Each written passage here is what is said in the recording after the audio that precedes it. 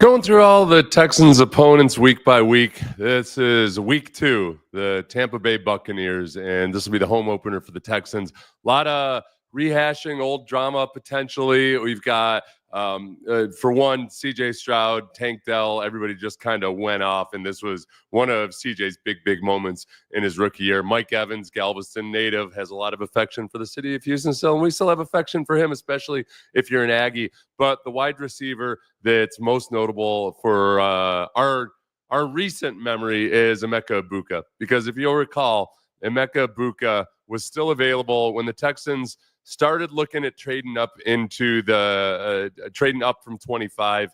Caserio said it was right around the mid-teens. It would make sense that, man, once Gray Zabel went off the board, they're looking for a wide receiver. They're looking for an offensive lineman. Emeka Egbuka is right there. You still had Matthew Golden on the board, Donovan Jackson, the guard. All those guys were potentially guys that the Texans might have been very interested in. And if you'll recall, just tell me if Emeka Egbuka sounds like somebody that D'Amico Ryans would be interested in. Here's Mel Kiper.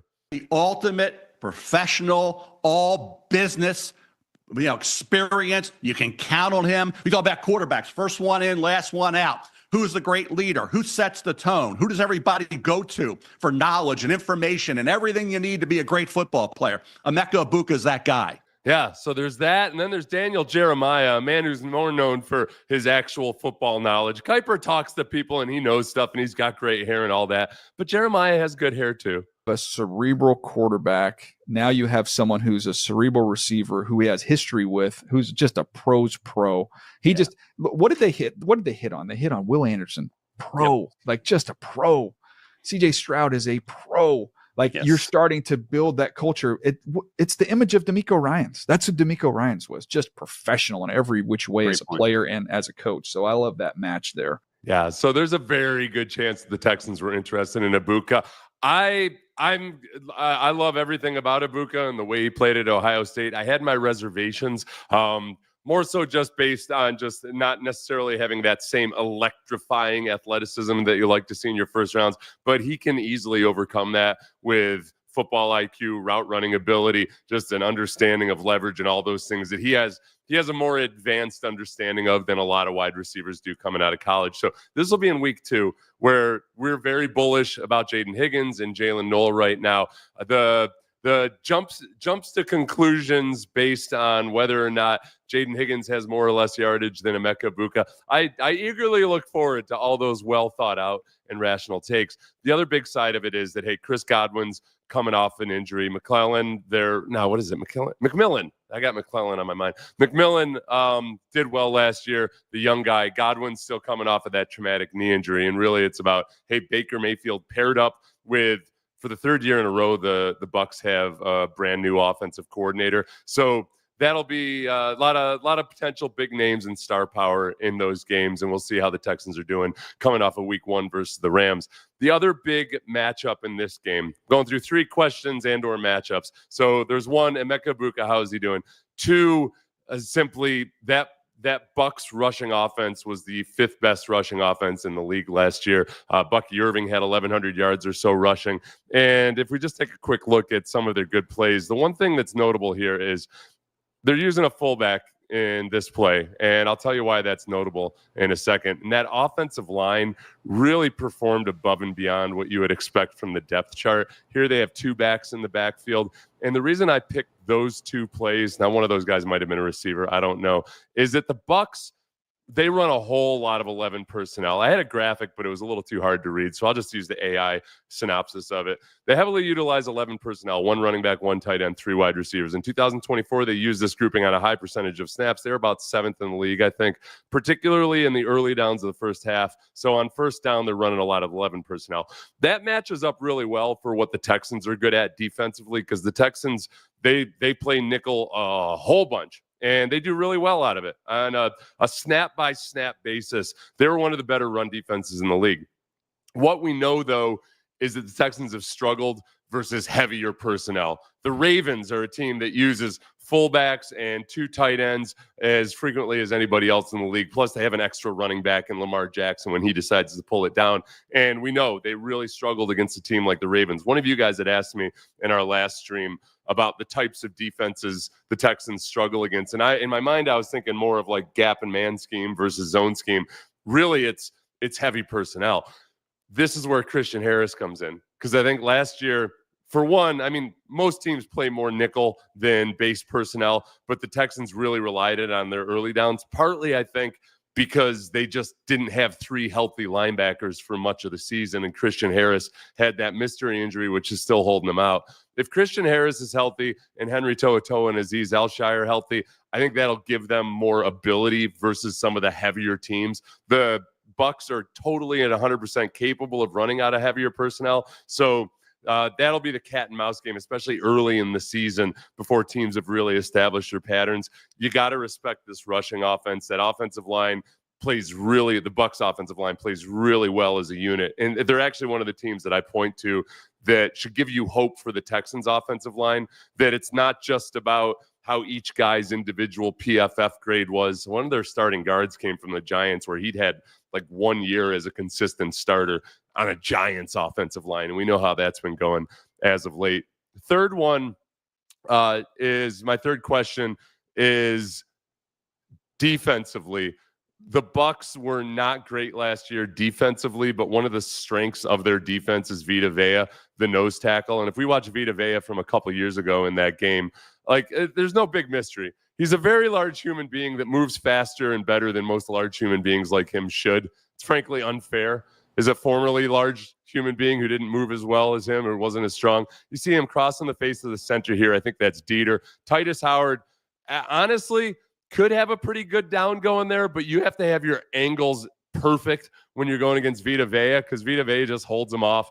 And then frankly disrespects running backs by not even hitting them, but he pretty much just attacks them as if you were a grizzly bear. This one, okay, on a zone run, you expect a 350-pound nose tackle to sometimes get lost in the wash on zone runs because they got to move laterally down the line.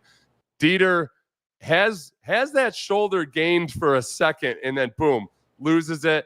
And then right here, keeps his feet. Again, grizzly bears, the running back. This next one's very, very frustrating when you talk about lack of communication or cohesion on the offensive line. Texans are going to run a counter, and I'll just let it run through. I mean, again, that was more like a polar bear.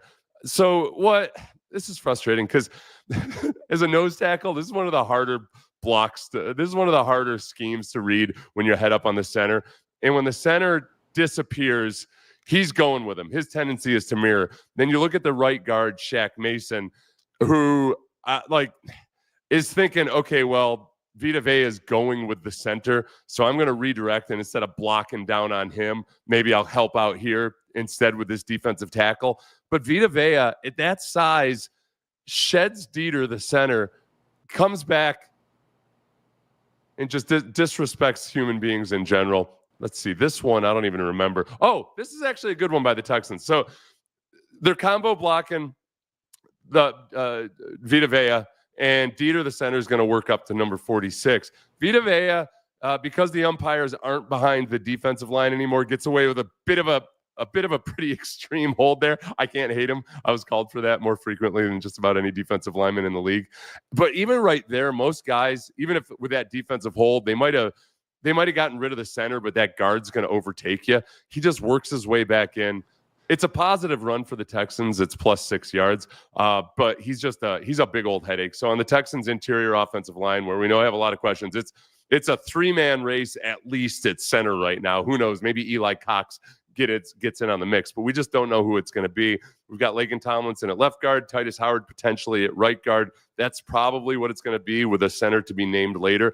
This is week 2, where in week 1, there are a lot of really good Rams defensive linemen, Jared Verse specifically, and that's going to be a test versus the offensive tackles. Week 2, Vita Vea and some of those other Bucs defensive linemen are a real literal headache. But we'll know right off the bat, all right, is this team better than last year?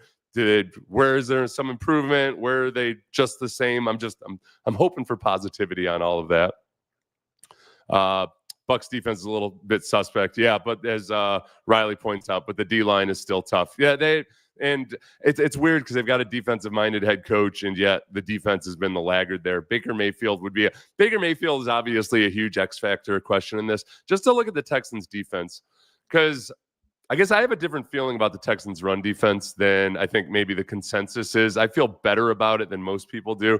But if you look, the X-axis here is drop back EPA per play, so expected points added on passing plays. You can see the Texans are up there in that upper quartile. And EPA per run, Texans were 4th or 5th best in the league on that. The difference comes in, I think, versus the schemes that they play, because you don't watch that Ravens game and think, oh yeah, the Texans are just fine versus the run. So that heavy personnel does matter. And then the Texans are they're not a boomer bust type defense in terms of the scheme they run. And yet, because of their aggressiveness at times and because they're lined up in nickel so much, they allow more explosive passes than they should in the pass game. But then that nickel defense, and with some of their aggressiveness, just from a mindset more so than calling a bunch of blitzes or anything, at times they get gashed by some huge runs. So cleaning those things up, and a lot of it is just a couple of mental errors or bad technique errors here or there. Some of the youth and missed tackles works into that. I think they're going to take another step forward and just be a more consistent in crunch time situations against any kind of personnel. I think they'll actually improve on their run defense this year. They are undersized.